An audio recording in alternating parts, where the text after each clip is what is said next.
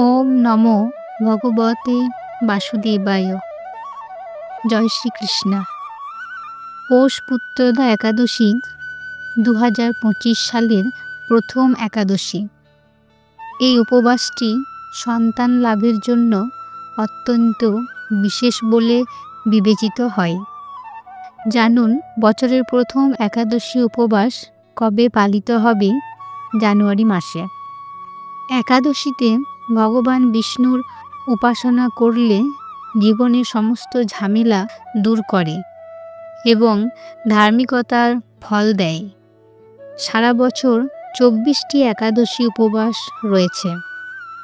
শাস্ত্রমতে যারা ভক্তি সহকারে একাদশীর উপবাস পালন করেন তারা সর্বোচ্চ প্রাপ্তি লাভ করেন। নতুন বছর 2025 শুরু হয়েছে। আসুন জেনে নেওয়া যাক বছরের প্রথম একাদশী উপবাস কোনটি হবে এবং এর উপকারিতা। নতুন বছরের প্রথম একাদশী হবে পৌষ পুত্রদা একাদশী, যা 2025 সালের জানুয়ারি মাসের 10 তারিখ বাংলার 25শে পৌষ শুক্রবার পালন করা হবে। এটা বিশ্বাস করা হয় যে যারা একাদশী উপবাস করেন তারা সুখ, শান্তি, সমৃদ্ধি এবং ভগবান বিষ্ণুর আশীর্বাদ লাভ করেন। পৌষ মাসের শুক্লপক্ষ পুত্রদা একাদশী 9 জানুয়ারি 2025 বাংলার 24শে পৌষ বৃহস্পতিবার দিন 11:46 শুরু হবে এবং 10 জানুয়ারি 2025 বাংলার 25শে পৌষ শুক্রবার দিন 9:38 শেষ হবে। পূজার মুহূর্ত সকাল 8:34 থেকে সকাল 11:10 পর্যন্ত। পৌষ পুত্রদা একাদশী উপবাসের পালনের সময় 11 জানুয়ারি 2025 বাংলার 26শে পৌষ শনিবার সকাল 7:44 মধ্যে। কেন পৌষ পুত্রদা একাদশী উপবাস পালন করা হয়? একাদশীর উপবাসটি দেবী একাদশীকে উৎসর্গ করা হয়, যার আবির্ভাবও একাদশী তিথিতে হয়েছিল। ভগবান বিষ্ণু তার একাদশী নাম দিয়েছিলেন এবং তাকে আশীর্বাদ করেছিলেন এই বলে যে যে কেউ এই দিনে উপবাস পালন করবে এবং ভগবান বিষ্ণুর উপাসনা করবে সে পাপ থেকে মুক্ত হবে এবং উচ্চতম স্থান অর্জন করবে। পৌষ পুত্রদা একাদশী ব্রত মাহাত্ম্য। যুধিষ্ঠির বললেন, হে কৃষ্ণ, পৌষ মাসের শুক্লপক্ষের একাদশীর নাম কি? বিধি বা কি? কোন দেবতা ওই দিনে পূজিত হন এবং আপনি কার প্রতি সন্তুষ্ট হয়ে সেই ব্রতফল প্রদান করেছিলেন? কৃপা করে আমাকে সবিস্তারে বলুন। শ্রীকৃষ্ণ বললেন, হে মহারাজ, এই একাদশী পুত্রদা নামে প্রসিদ্ধ। সর্বপাপ বিনাশিনী ও কামদা এই একাদশীর অধিষ্ঠাত্রী দেবতা হলেন সিদ্ধিদাতা নারায়ণ। ত্রিলোকে এর মতো শ্রেষ্ঠ ব্রত নেই। এই ব্রতকারীকে নারায়ণ বিদ্বান ও যশস্বী করে তোলেন। এখন আমার কাছে ব্রতের মাহাত্ম্য শ্রবণ করো। ভদ্রাবতী পুরীতে সুকেতু মা নামে এক রাজা ছিলেন। তার রানীর নাম ছিল শৈবা।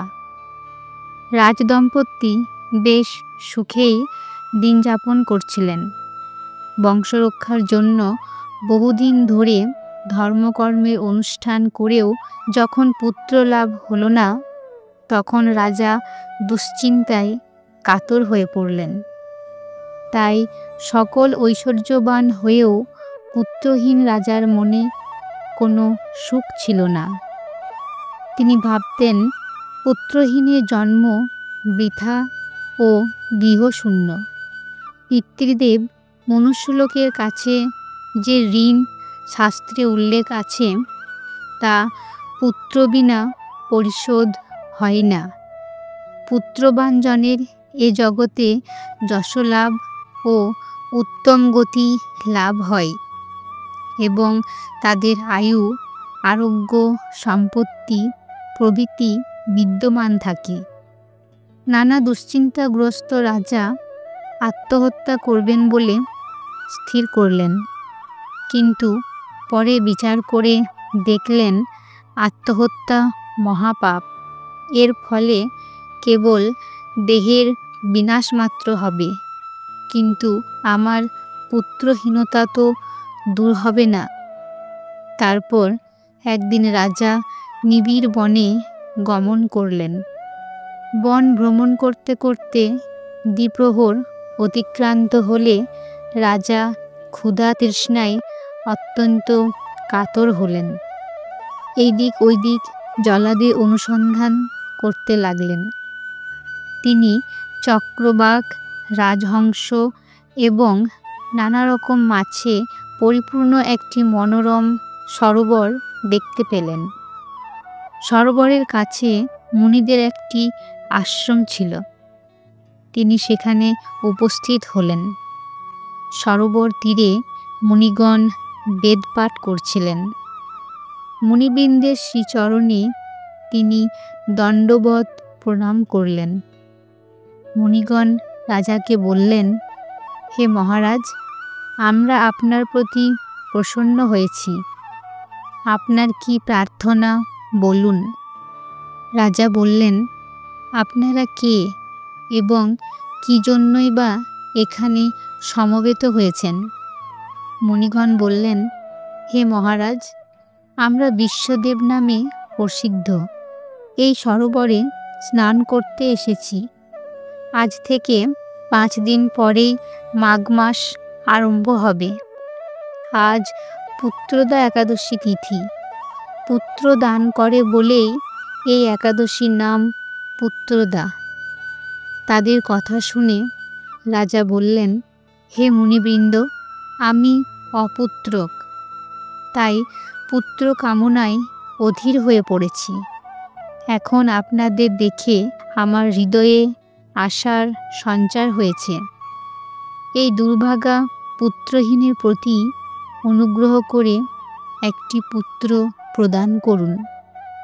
মুনিগণ বললেন, হে মহারাজ, আজ সেই পুত্রদা একাদশী তিথি, তাই এখনই আপনি এই ব্রত পালন করুন। ভগবান শ্রীকেশবের অনুগ্রহে অবশ্যই আপনার পুত্র লাভ হবে। মুনিদের কথা শোনার পর যথাবিধানে রাজা কেবল ফলমূলাদি আহার করে সেই ব্রত অনুষ্ঠান করলেন। দ্বাদশী দিনে উপযুক্ত সময়ে শস্যাদি সহযোগে পালন করলেন। মুনিদের প্রণাম নিবেদন করে নিজ গৃহে ফিরে এলেন।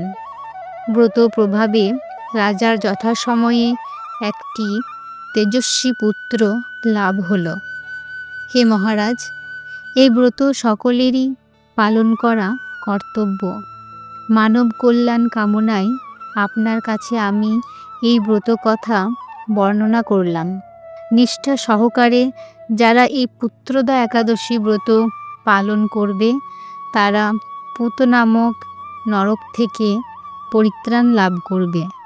আর এই ব্রত কথা শ্রবণ কীর্তনে অগ্নিষ্টম যজ্ঞের ফল পাওয়া যায়। ব্রহ্মাণ্ড পুরাণে এই মাহাত্ম্য বর্ণনা করা হয়েছে।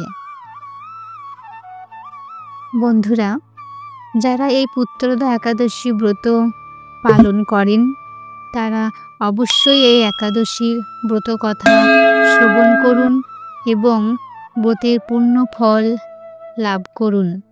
শ্রী রাধা গোবিন্দের কৃপায় সকলে ভালো থাকবেন, সুস্থ থাকবেন। জয় শ্রীকৃষ্ণ।